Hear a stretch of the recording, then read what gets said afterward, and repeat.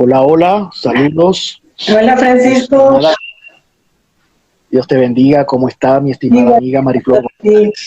Muchísimas gracias. Dios te bendiga también. Es para mí un honor tenerte por acá, de verdad. Gracias. Y para mí es un honor que tú también me entrevistes. Es inevitable, es un hecho inevitable que muchas de las cosas que vivimos nos direccionan por un rumbo y muchas de las decisiones que tomamos son influenciadas por estas vivencias. Hay psicólogos que dicen que no, que tienes el poder de cambiarlo. Evidentemente, tenemos ese poder de quedarnos en el statu quo por miedo a avanzar. No queremos equivocarnos, pero tampoco avanzamos. Entonces elegimos muchas veces el camino errado o el camino correcto, pero podemos muchas veces quedarnos estáticos, sin hacer nada. Hoy tengo el honor de conversar con una persona que fue una niña adoptada. Hoy vamos a hablar sobre adopción. Ella es Mariflor González, una mujer que hoy en día ha podido ser guía para otras personas, no solo por su historia de vida que yo no conocía. Y me identifiqué inmediatamente con esa historia porque viví algo parecido, no tan extremo. Uno siempre piensa que lo que uno vive siempre es lo peor. Y en tu caso, aun cuando tú no lo ves como una fatalidad, es una historia bastante interesante y fuerte. A mí me impresionó mucho cuando tú me la contaste. No sabía que habías pasado por esta experiencia de ser una niña adoptada y bueno, ya vamos a hablar en detalle de esa historia. Pero a lo que voy es que hay mucha gente que se victimiza porque vivió en un entorno desfavorable. Entonces no tuve las herramientas, no tuve quien me ayudara, son las excusas muchas veces, ¿no? A veces es cierto, no hay las herramientas y uno se ve limitado a avanzar a otro nivel. Pero no siempre es así. Entonces muchas veces las personas que eligen quedarse sin hacer nada, y es a lo que voy, le echan la culpa al destino, a otras personas, a la falta de apoyo. Tú pudiste decirlo, sin embargo, este ambiente, este entorno, este escenario en el que viviste, no impidió que tú fueras hoy un guía. Yo te veo como un guía para otras personas porque no solamente, quiero decirlo, no lo quería decir todavía, pero lo voy a mencionar. Mariflor González se ha abordado las artes, ha podido ser escritora, no solamente en la parte literaria, sino también has hecho vida en el teatro. Es buenísima haciendo doblajes. Y también en Ecuador, utilizaron tu voz para hacer un comercial importante en una agencia de publicidad. O sea que también has abordado un poco lo que es el mundo de la locución y todo esto. ¿Por qué menciono esto? Porque tú pudiste decir, mi ambiente, en el entorno donde yo me crié, donde yo, lo primero que yo conocí, no fue un ambiente que vaticinara de mí el mejor futuro. Pero aquí estamos. Mariflor González, facilitadora, también ha sido maestra en temas religiosos, teológicos, y ha podido ser un guía. Yo ahora tengo el honor de tenerte acá y bueno, yo quiero hacerte una pregunta inicial y es, ¿de quién es hija Mariflor González? Yo me considero hija de María Elena González, mi madre adoptiva. Ella es mi madre realmente. Ok. Ella es tu madre adoptiva. Adoptiva, sí. Ok. ¿De quién es hija María Elena González? Vámonos un poco más atrás. Tu abuela. María Elena es hija de Ana Carmen González Gómez. Ok. Este personaje me llama la atención. Una vez me hablaste de tu abuela. Es una historia bastante particular. ¿Me podrías contar brevemente cómo fue la vida de esta mujer? Lo que recuerdas, lo que te haya contado tu mamá de ella, de tu abuela. Yo recuerdo lo que mi abuela me contaba de su vida, de su niñez, cuando ella estaba en su momento de lucidez, porque su vida fue tan traumática, tan dura, tan cruel, que dejó en ella huellas muy, muy profundas, psíquicas, quebrantaron mucho su alma. Ella fue hija de una mujer que cuando la dio a luz, ella muere y queda en manos de sus tías paternas y en manos de su padre, que era un hombre muy cruel. Y él, como mi abuela era una niña, ella misma me decía, yo soy un animalito del monte, un animalito salvaje que crié en el monte, entre las matas, robándome las frutas de los árboles. Entonces eso le causaba muchos problemas a su papá y él decidió que ella tenía que ser amarrada a un árbol para que no estuviera por allí. Y ella lo contaba con mucho dolor, porque pasaba el día entero amarrado, sin comer, como un perrito. Y sus papás la amarraba a un árbol porque era muy tremenda. Sí, era muy inquieta, rebelde. Y eso pues fue lo que quebrantó su alma, su ser. Y fue una mujer que sufrió mucho en esa época y causó estragos en su vida entera. Mi abuela padecía de bipolaridad y era una persona sumamente triste todo el tiempo, depresiva, maníaco-depresiva. Pero en medio de esas situaciones ella tenía momentos de lucidez y era cuando yo podía compartir con ella mis juguetes. Éramos como dos hermanas jugando, porque ella era prácticamente una niña. Mi abuela nunca creció, yo no puedo decir que fue una mujer adulta, siempre fue una niña. Te estoy hablando cuando ella estaba en momentos de tranquilidad, porque fueron muchos capítulos de ella que yo viví, porque estuvo internada en psiquiátricos y todo.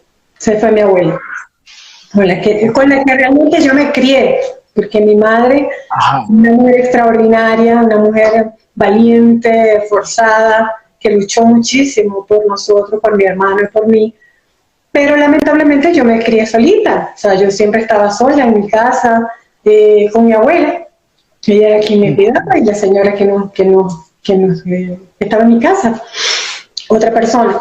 Y yo vivía sola prácticamente, todo el tiempo entre mis libros, leyendo, viendo televisión. Mi abuela era muy autoritaria, o sea, una disciplina muy fuerte. Y mi único escape era mis libros y una amiga que yo tenía, muy amada, mi querida Gina, y su familia, que fueron esa familia modelo que yo aprendí y entendí que existía, porque mi familia era una familia totalmente disfuncional. Yo no tenía papá, mi abuela era la jefa de la familia y mi mamá era la proveedora. Y realmente con la familia González fue que yo supe lo que era una familia, unos hermanos, y mi amiga Gina, que siempre estuvo en mi infancia. Ok, no nos vamos todavía hasta allá. Vamos a quedarnos todavía un rato más en la historia de tu abuela. Ella tiene un parentesco con Juan Vicente Gómez. Para los que no son venezolanos, Juan Vicente Gómez fue presidente de nuestro país. Él era tío de mi abuelo, pero no tuvieron relación alguna en realidad porque como su mamá muere, ella fue apartada de la familia materna y se quedó con la familia paterna y ella no tuvo contacto con esa familia Gómez, la familia del presidente Gómez. Pero sí lo supo, sí, ella me dijo por mi familia. Hay un encuentro que ella tuvo con el gobernador del estado Zulia. Vámonos a ese episodio. Tu abuela en Maracaibo. ¿Qué pasó allí? Mi abuela, ella a los 14 años conoció a su esposo, con el que tuvo su primer hijo, el cual perdió a los 9 meses de gastroenteritis. Eso también marcó su vida, mucha tristeza por haber perdido, porque ella se culpaba de esa muerte. Y su esposo vivía trabajando y ella era sola. Ella era prácticamente una mujer que no sabía de la vida, no sabía ser madre, no sabía nada, y entonces creció, o sea, se hizo mujer a los 14 años, ¿no? Luego a los 19 tiene a mi mamá, y en ese momento, cuando ella está de 7 meses, muere su esposo de fiebre amarilla, y ella queda sola. sola íntima. Sus tías la echaron de la calle, la botaron sin un trapito, ni siquiera para cobijar a su hija. No sé el rumbo que tomó su vida, solamente sé que fue a parar a Caracas. De hecho, mi mamá sus primeros años los vivió en Caracas. Luego de ahí pasaron a Maracaibo. Cuando mi mamá tenía 9 años, mi abuela comenzó a trabajar en una casa de servicio en el Saladillo. Y allí hubo una situación con la hija de la dueña de la casa, era una niña como mi mamá, y la niña se hizo popó en el pasillo de la casa y la señora culpó a mi mamá, que era una niña de 9 años. Y eso le causó a mi abuela mucho disgusto, mucha molestia, porque mi mamá protegía mucho a su hija. De hecho, mi mamá dice que ella siempre estaba encerrada en su cuarto jugando con muñecas para que no se expusiera a los maltratos vamos a decir, de la señora de la casa. Entonces esa situación causó en mi abuela un quiebre emocional muy fuerte. Esto, disculpa que te interrumpa aquí para mayor comprensión. Tu abuela trabajaba en una casa de familia junto con tu mamá, que estaba niña. La niña de la casa fue la que se hizo popó en el pasillo, pero la dueña de la casa culpó a la niña, a la mamá. Esa injusticia a mi abuela le causó una gran molestia, un gran disgusto. La señora terminó echándola a la calle. Luego otra vez se repite la escena con mamá sin nada, sin un trapo que ponerle, nada. Y mi abuela entró en shock, cayó de rodillas en la calle, en la carretera. Y ella clamó a Dios y le dijo: Señor, ¿hasta cuándo vamos a sufrir, mi hija y yo? No tenemos un hogar, no tenemos una casa. Danos una casa. Danos una casa donde podamos vivir. Y quedó en shock. O sea, ella perdió la noción de todo, quedó con su mirada perdida. Mi mamá, que era una niña muy precoz, muy vivaz, muy inteligente, la tomó de la mano, secó sus lágrimas y comenzaron a caminar. Terminan en la Plaza Bolívar de Maracaibo, frente al Palacio de las Águilas, el Palacio de la Gobernación. Y mi mami llora sentada allí, y se le acerca una señora y le dice: ¿qué te pasa, mi amor? ¿Qué tienes? Entonces ella le cuenta lo que pasó.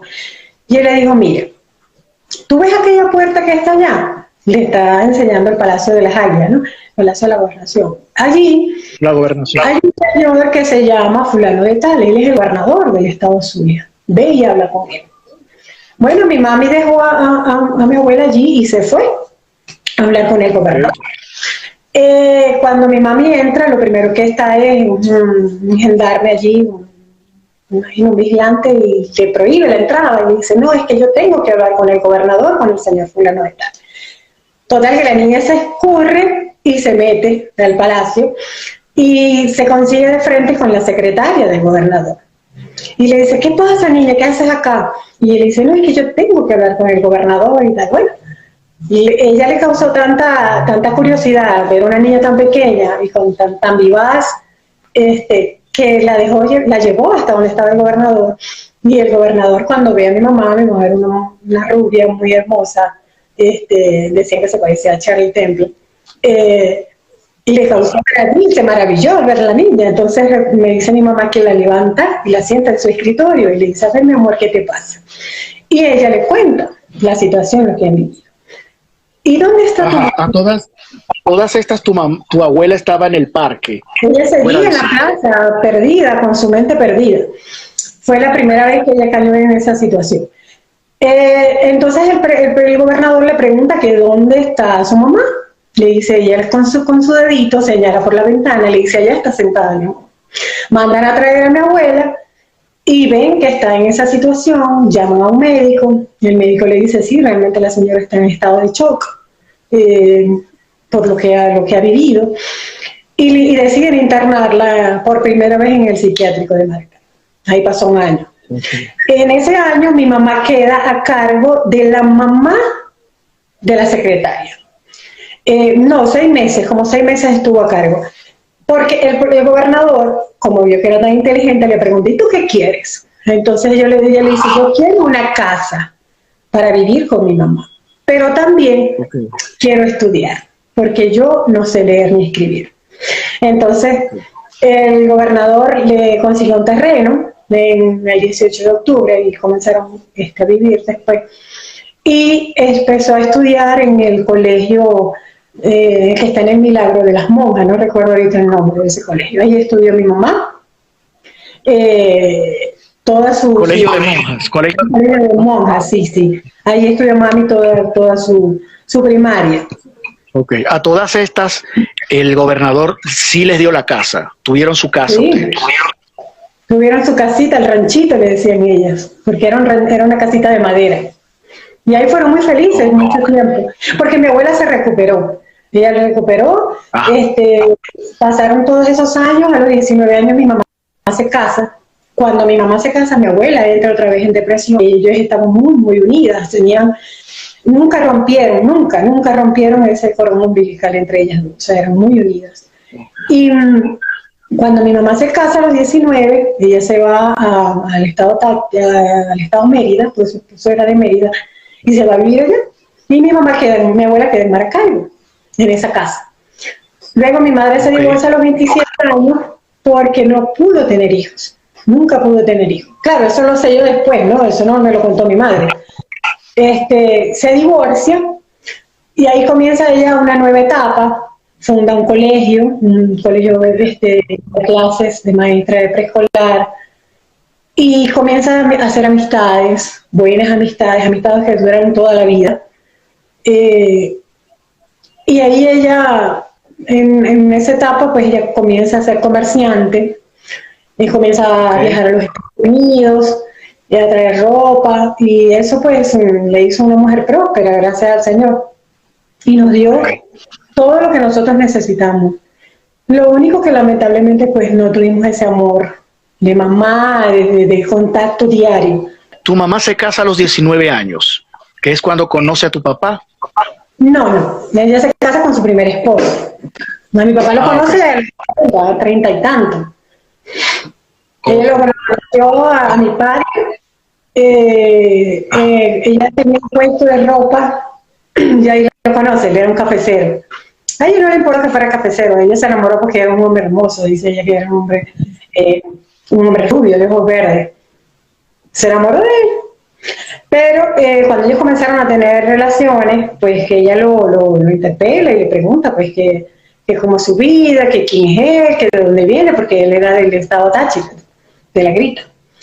Bueno, y es donde él le cuenta que tiene 8 hijos, de los cuales las 3 pequeñas él quería dar en adopción.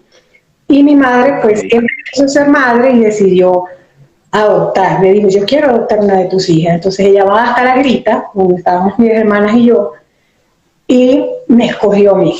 ¿Qué edad tenías cuando te adoptaron? Yo tenía 3 años cuando llegué a las manos de mi mamá.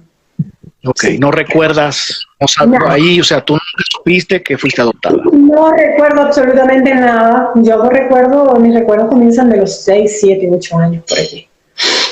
Ok.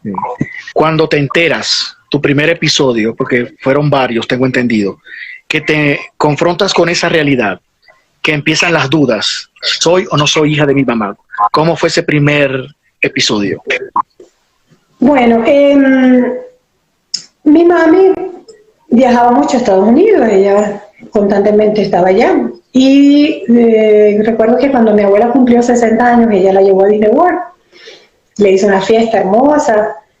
Y en ese momento, pues yo me quedo sola. Es primera vez que yo me quedo sola con otra persona que no es mi abuela. Me quedo a cargo de la del servicio de mi casa, más otra persona que me cuidaba en la noche, que era una muchacha que trabajaba con mi mamá, una de sus empleadas de confianza. Bueno, llegó un momento que yo comencé a extrañar a mi mamá, ¿no? Ya me han pasado los días y yo no la veía, ya yo tenía 9 años, y comencé a extrañar a mami y comienzo a llorar. Yo era muy, muy unida a mi mamá. Ella era todo para mí en ese momento. Y comienzo a llorar, y que yo quiero a mi mamá, yo quiero a mi mamá. Entonces esta señora se cansó, se hartó, se molestó, no sé, no tenía la paciencia conmigo, porque yo era hiperactiva, quieta, y entonces ella me gritó, me dijo, cállese, esa ni siquiera es su madre, para que usted la esté llamando. yo quedé atónita, o sea, quedé sorprendida porque yo dije, bueno, y no entendía. Yo recuerdo que mis lágrimas me tragué todo y quedé, y no hablé más. Me quedé callada, no recuerdo qué pasó después, solo recuerdo ese momento y sé que cuando mi madre llegó yo le conté lo que pasó.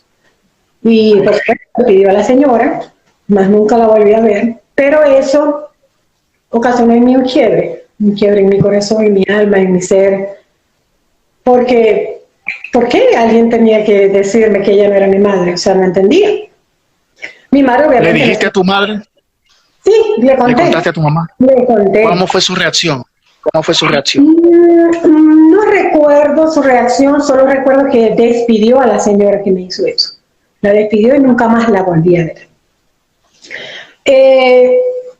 Pero como te digo, eso ocurrió en mí un cambio hacia mi madre.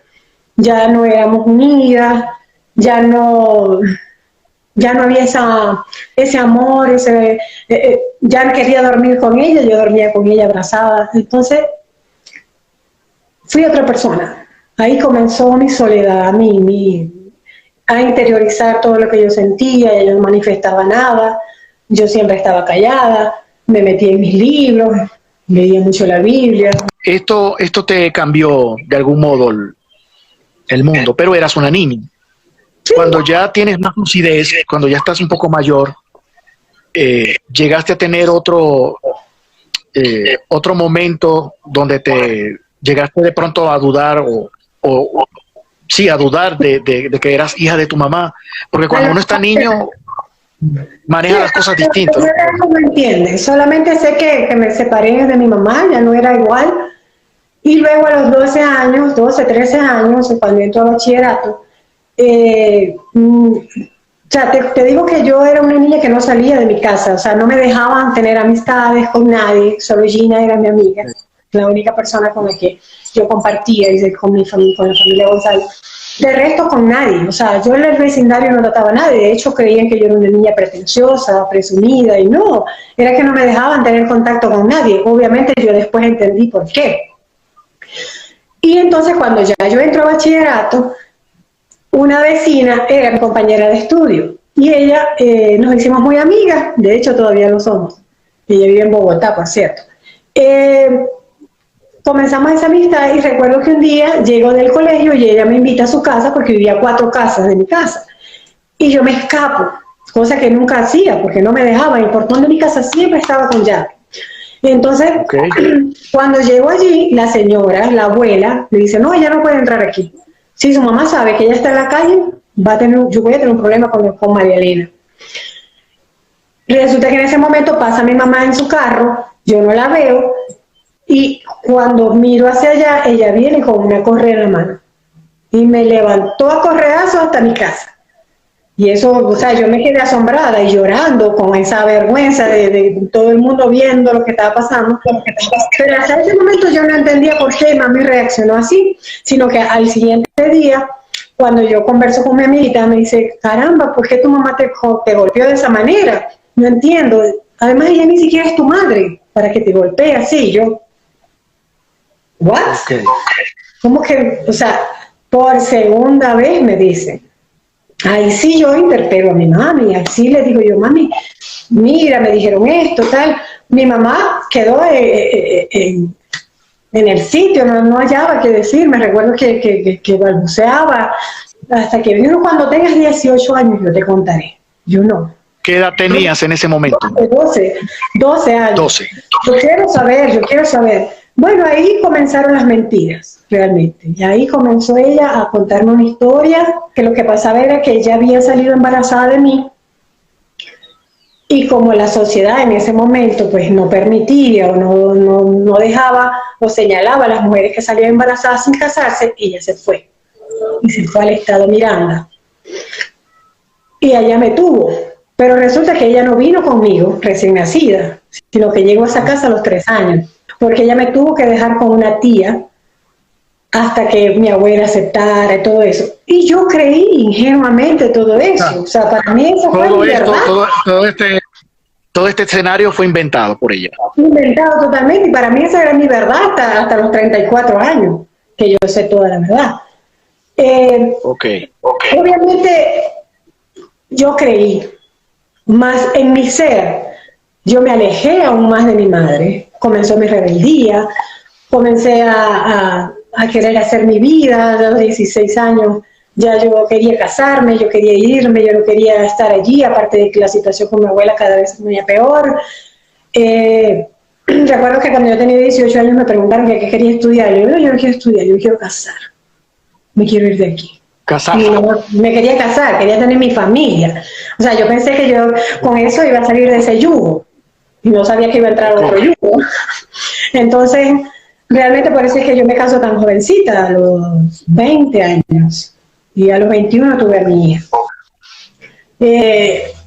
Obviamente mi juventud fue muy dificultosa, muy mal estudiante, despreocupada realmente de eso y muy despegada de mi madre. Ahí realmente hubo una separación casi que total. Mi madre en su trabajo y yo en mi vida, pues. Claro, en mi vida, en mi casa, porque hasta los 18 años yo salí realmente a la calle, vamos a decir así, porque no me lo permití. Ella tenía miedo de que alguien me dijera la verdad. Ese era porque yo no salía, porque yo no tenía amigos, porque nadie tenía contacto conmigo, porque pensaba que alguien podía salir, irse del cuento y contar. Sí, que te pudiera contar. Te quiero comentar algo, un episodio, ahora que mencionaste esto, de tu cambio, de tu rebeldía, ¿no? Ya he visto esto antes, yo no soy psicólogo ni nada que se le parezca, pero ya lo he visto antes.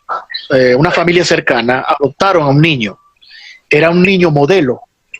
Yo recuerdo que en primaria este amigo mío me decía, su papá adoptivo me decía, me siento muy orgulloso porque las maestras me hablan maravillas de él, es sobresaliente en clase, llegó al bachillerato igual, y era un chamo normal, o sea, no era un nerd, para decir que como era alguien que de pronto un niño con complejos, vivía metido en libros y nada de eso, era un chamo normal, pero era excelente, era un niño ejemplar, un muchacho ejemplar. Él se entera de la peor manera, el niño, de que es adoptado. Se lo dicen así en cara. Mariflor, ese niño pasó de ser un niño modelo, de apetitos del cine, de su casa, de reunirse, de pijamadas. Te estoy hablando de un adolescente, ni siquiera un niño, ¿no? Y ya era un adolescente. Pasó de ser un niño de esta naturaleza a alguien que entraba y salía de la cárcel de Sabaneta, en Maracaibo, porque sus amistades cambiaron, empezó a adentrarse en el mundo de las drogas, atracaba con pandillas, y una vez su papá lo ve en la calle y le dice, tú tienes tu casa, y el niño le dice, usted no tiene derecho a decirme nada porque usted no es mi papá. A lo que voy es, este tipo de noticias, cuando uno se entera así, de esta manera tan abrupta, en tu experiencia, tú atribuyes ese cambio que diste a esa noticia, porque ya lo he visto antes, por eso te pregunto. Completamente, a pesar de que yo seguía creyendo que ella era mi mamá, había esa duda, siempre la hubo. Y realmente yo me separé de ella, o sea, a mí me importaba un bledo mi mamá. O sea, en ese momento no me importaba si se enfermaba, o sea, yo no aprecié en el momento del sacrificio que ella hacía por nosotros. De hecho, ella cayó en una profunda depresión cuando ella se separa de su segundo marido, que fue mi padrastro. Y ella, o sea, hubo aún más distanciamiento, porque yo adolescente y ella con depresión, mi abuela en ese momento ya no estaba en un asilo en Caracas, yo prácticamente vivía sola. Yo lo que hacía era escaparme del colegio, me escapaba de mi casa, le decía mentiras, que iba a estudiar, y lo que estaba era con mis amigas, tampoco haciendo nada malo, gracias a Dios. Yo ni siquiera a mis 49 años conozco la droga, no sé nada de las drogas. Porque nunca viví esa etapa, o sea, mis amigas eran niñas sanas, niñas de casa, igual que yo. Yo lo que escapaba era de esa situación, de esa soledad, de ese desamor en el que yo crecí. en mi adolescencia. Y por eso era que yo mi anhelo era casarme. Yo pensaba que esa era la solución de mi vida. Te casas. ¿Qué pasó allí? ¿Escapaste de esa vorágine de la que No, querías no, escapar? realmente no, mi primer matrimonio fue un desastre totalmente. Porque yo, imagínate, una niña confusa, insegura, no sabía quién era, yo no sabía lo que quería, realmente creía que con mi matrimonio, con casarme, pues iba a solucionar todo, no, no, al contrario, o sea, me casé ni siquiera con una persona que yo no conocía, él se transformó cuando nos casamos, comenzó a ser celópata, sufrí violencia doméstica a mis 21, 22 años, o sea, pero realmente tengo que reconocer que yo nunca me dejé, o sea, yo siempre he sido una persona de un carácter muy fuerte, y a pesar de mis 21 años yo sabía que yo no quería eso, pues, y volví con mi mamá. Volví otra vez a mis 22, 23, a 22, volví con mi mamá, no duré ni un año fuera de casa. Volví Okay. y ahí cambiaron muchas cosas entre mami y yo. No hubo esa unión, pero sí comenzamos a tener una mejor relación. Solamente que el problema era que mi mamá se metía mucho en mi vida, o sea, ella quería controlar hasta mi manera de caminar. Entonces eso también influye en que tú no tengas una personalidad propia, sino que eres una persona que otra persona quiere que seas. Luego hasta que a mis 24 años conozco a mi segundo esposo, que ha sido el hombre que cambió mi vida totalmente. Cambió mi forma de ver la vida, me hizo mujer, me hizo madurar, me hizo crecer, un hombre que 8 años mayor que yo, pero ya había recorrido el mundo, como dice uno, y me tuvo toda la paciencia del mundo, me la sigue teniendo, y me ama, mi hijo lo amo también, muchísimo por lo que él transformó mi corazón, mi vida, sobre todo. Mi seguridad me hizo tener seguridad en mí misma, en que yo podía lograr lo que yo me propusiera. Realmente Ricardo para mí es mi mano derecha, o sea, mi complemento. Vámonos un poquito más atrás. Tu mamá, en medio de sus intentos por tratar de crear una historia bella, te inventó todo un escenario. ¿Cuándo es que te das cuenta, el momento en que ya sabes, no soy su hija? Mami cae en una enfermedad muy dolorosa. Cuando el doctor me dice que ella ya le quedan 3 meses de vida, pues yo dediqué esos 3 últimos meses a cuidarla, amarla. Pasó a ser mi hija. Y ahí vivimos momentos muy hermosos, momentos de perdón. Yo le pedí perdón por haber sido una hija tan malcriada, tan grosera. Y ella me pidió perdón también por haber también cometido esos errores como madre, ¿no? Y nos unimos muchísimo. Yo la cuidé, la alimenté, la limpié. Recuerdo que una vez yo la acababa de bañar y ponerle su pañal y todo, y ella se hizo popó. Y empezó a llorar, era muy llorona, muy dramática. Y entonces yo, ¿pero por qué lloras? Y yo, porque me hice popó y ya me limpiaste. Y yo, mami, ¿qué importa? ¿Cuántas veces tú me cambiaste el pañal? ¿Cuántas veces tú me limpiaste? Sin saber que ella nunca lo había hecho. Mi madre comienza a llorar, pero ahí con un dolor, porque ella no se atrevía a decirme que ella no era mi madre. Hasta que ella muere. El día que muere, el 2 de octubre del año 2004. Y ese fue el dolor más grande que yo he pasado en mi vida, cuando mi madre exhala. Su último aliento para mí fue terrible, terrible. Yo caí de rodillas, o sea, ya no pude más con mi ser, caí de rodillas delante de su cama y clamé a Dios. Y yo dije, ¿qué voy a hacer sin mi madre ahora? ¿Qué voy a hacer? Ya yo era una mujer, tenía 34 años, yo tenía mis 2 hijos, mi esposo, mi hogar. Pero ese momento yo sentí que Dios me habló y me dijo, no estás sola, hija. Yo estoy y he estado y estaré siempre contigo. Eso fue lo más hermoso que yo he vivido en ese momento. La pérdida de mi madre, pero a la vez el sentir que Dios estaba conmigo. Estaba allí. Estaba allí. De allí, bueno, comenzó una búsqueda inquebrantable por mi Padre Celestial. Y buscarlo, anhelaba saber cómo era estar a su lado, cómo era escucharlo, cómo era orar, Pero en esos días de duelo me llamó una tía. Una tía le decía yo, pero no, en realidad yo no tuve tías. Pero las amigas muy entrañables de mi madre, yo le decía tía.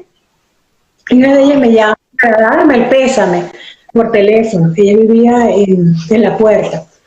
Y me dice, caramba, estoy asombrado porque ¿cómo es que los hijos adoptados se portan mejor que porque ya yo le había contado todo cómo había sido. Los hijos adoptados se portan mejor con los padres que los propios hijos. Yo no dije nada. Yo dije, sí, tía, así es. Pero eso me cayó a mí como un balde de agua fría. O sea, confirma lo que yo toda la vida había creído. Inmediatamente, bueno, nos despedimos, chao, y llamo a mi tía Leila, que era otra tía muy amada, que amo mucho, y le cuento lo que me está pasando, y le dice, no, Chela está loca, me dice, no sabe lo que dice, ya está vieja. Pero ahí entró por mí esa curiosidad, yo quiero saber si ella dice pues por algo y tal. Comienzo a preguntar a las amigas, a las amistades, pero habían hecho como un pacto de silencio, o sea, nadie hablaba. Todo el mundo era callado, nadie me respondía, nadie sabía nada, hasta que doy con una señora que trabajó en mi casa muchos años, y ella me dice la verdad. Me dice, María Elena, no es tu mamá. Tú eres hija de Gregorio. Yo siempre supe el nombre de mi padre, más no su apellido, porque cada vez que yo le preguntaba, mamá no se acordaba, imagínate. No se acordaba el apellido del hombre con el que tuvo sus 2 hijos.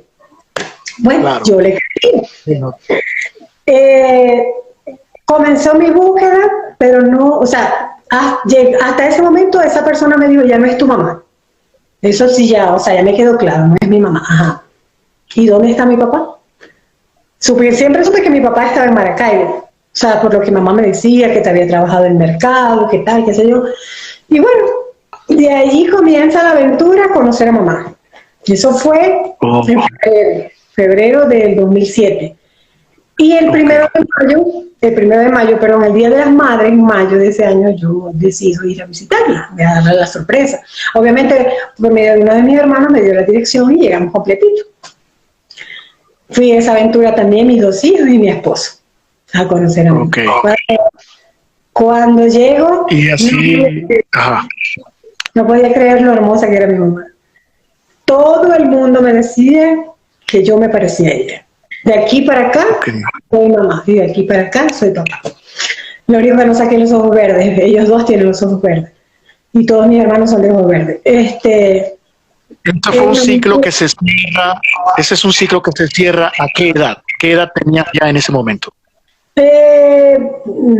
Iba a cumplir 35, no pasó mucho, o sea, entre que mamá murió y conocí a mi otra mamá, no pasó ni un año. Mariflor, después de todo de toda esta historia que es como para escribir una saga. Está escrita. Has abordado un poco la literatura, no es de extrañar que seas escritora. También has hecho teatro, eres actriz.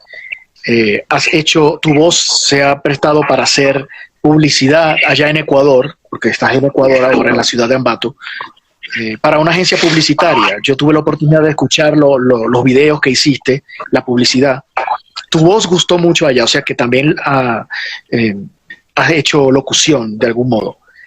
Sí. Fuiste una niña adoptada. Quizá todas estas vivencias pudieron vaticinarte un futuro nefasto, pero tú cambiaste, o Dios te dio la oportunidad de escribir otra historia. ¿Qué le recomiendas tú? Eso no siempre pasa. O sea, tu caso fue porque Dios estuvo allí. Pero eso no siempre pasa. ¿Qué le dirías tú? ¿Qué le dices tú a los padres hoy? Padres que han adoptado, que tienen miedo y que por ese miedo, de que sus hijos se enteren que son adoptados, crean todo un escenario, impiden, que esto lo he visto también, ¿no? Muchas veces, por no querer que los niños se enteren, los aíslan. ¿Cuál es tu recomendación a esos padres? ¿Qué crees tú que es lo mejor desde tu experiencia? La verdad siempre es lo mejor. La verdad libera, la verdad es lo más grande que Dios nos ha dado, ¿no? Y mentirle a un niño es cruel, yo lo puedo decir en carne propia, ¿no? Yo hubiese querido que mi madre en mi cara me dijera que no era mi madre, para yo decirle lo agradecida que estaba con Dios y con ella, por haber ella sido mi madre, porque si ella no me hubiese adoptado, yo no fuera la persona que yo hoy soy. Pasé situaciones difíciles, sufrí vicisitudes, pero aquí estoy. Y es gracias a ella, gracias a ese modelo de fortaleza. A mi misma abuela, a pesar de su situación psiquiátrica, en su momento fue maravillosa. Me enseñó a cocinar, me enseñó a ser ama de casa, me enseñó a ser una mujer de temple, valiente, que tome decisiones importantes. Y es lo mejor. Yo recomiendo absolutamente hablar la verdad. Porque es que tarde o temprano se va a saber, tarde o temprano va a saberse, y las mentiras duelen. O sea, yo no, tal vez mi mamá me quería proteger. De hecho, yo crezco en esa soledad porque mi madre no me permitía salir. Pero después me entero que mi hermano mayor siempre vivieron cerca, mi padre vivió cerca, muy cerca de mí, yo no lo vi. Pero mi hermano me cuenta que él, cuando ya aprendió a manejar, porque mi hermano me lleva 12 años, Francisco Javier, él pasaba con su carro a verme y me vio crecer. Yo te vi crecer, yo te vi convertirte en señorita, yo te vi ir a la escuela, porque vivíamos muy cerquita. Y eso me regocijó, pues, o sea, me dice, al menos alguien estaba pendiente de mí, porque a mi padre nunca le importé. O sea, después que nos dio una adopción, para él fue igual. Pero mi hermano, él y Edesio, mi hermano Edesio, estaban pendientes de mí. Y supieron, sabían. Por eso porque cuando yo me caso, que me voy del barrio, obviamente ellos perdieron la pista y no había nadie que le preguntara, y al que le preguntaran obviamente no me iba a decir. Entonces cuando nos reencontramos, para él fue una alegría muy grande volver a ver a su hermanita, ¿no? O sea que es preferible que los niños sepan desde temprana edad que son adoptados. Es tu recomendación.